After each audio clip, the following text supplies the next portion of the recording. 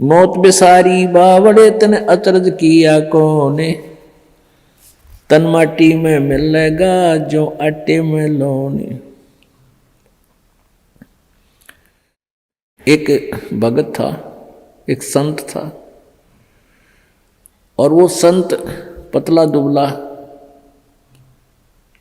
और ठीक सा था, और बाकी वो अपने जैसे किसी वस्तु को कोई चिंता हो जा तो उसके चेहरे की, उसकी फेस की आकृति कुछ अजीब सी रहती है।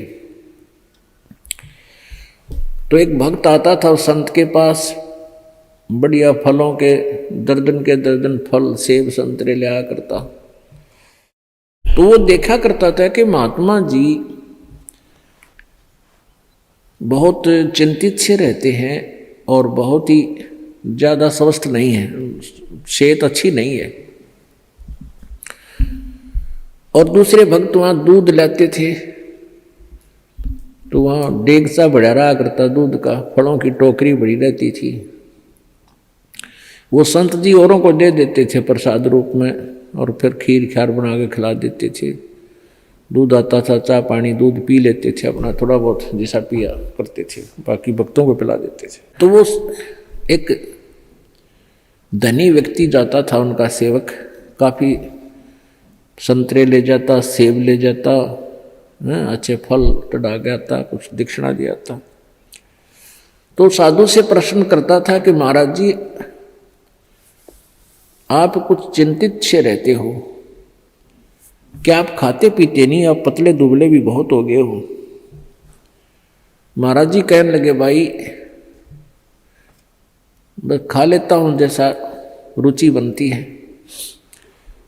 तो दूसरे दिन फिर उसने पूछा, दूसरे तीसरे दिन कि महाराज जी क्या आपको कोई चिंता है, आप कुछ खाते पीते नहीं। आप संत जी कहने लगे भाई मुझे बहुत चिंता है, और इसलिए मेरे को कुछ खाया पिया ना जाता। तो उस धनी व्यक्ति ने सोचा भी साधु संतों की भी क्या चिंता हो है बता, हमारे कैसे गृहस्थियों ने तो 100 चिंताएं हों, पर संतों को क्या चिंता। उसने कहा महाराज जी आपको ऐसी कौन सी चिंता सता रही है।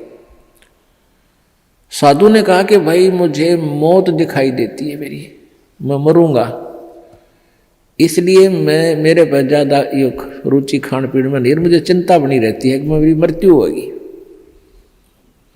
तो संत कहने लगे जी कब होगी आपकी मृत्यु। अब उस भक्त ने सोचा कि अभी निकट भविष्य में ही शरीर छोड़ते होंगे 2-4 दिन में। उस समय उस संत की 40-45 साल की आयु थी। उन्होंने बताया कि भाई अभी मेरी 40 वर्ष बाद मृत्यु होगी, 40 वर्ष के बाद, और आज मेरी 45 वर्ष की आयु हो चुकी है। तो वो धनी भगत कहने लगा हे महाराज जी यह भी कोई चिंता हुई, मरना तो सब ने है, मृत्यु तो सबकी होगी, और साधु संत भी ये चिंता करें, कमाल की बात है, खा पिया करो मौज करो, है ये तो सब ने मरना है क्या।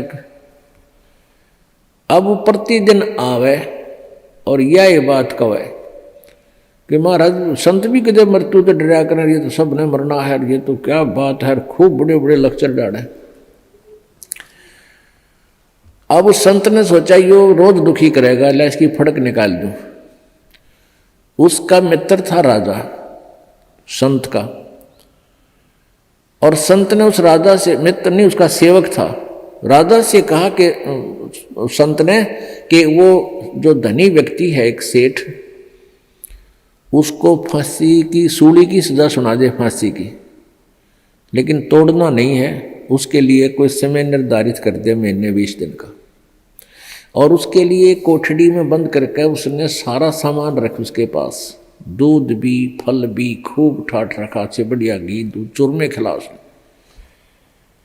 अब राजा अपने गुरुदेव का आदेश पाते ही राजा ने वो बुला लिया और कहा भी तेरे को फांसी की सजा सुनाई जाती है, तूने किसी व्यक्ति का मर्डर कर रखा है,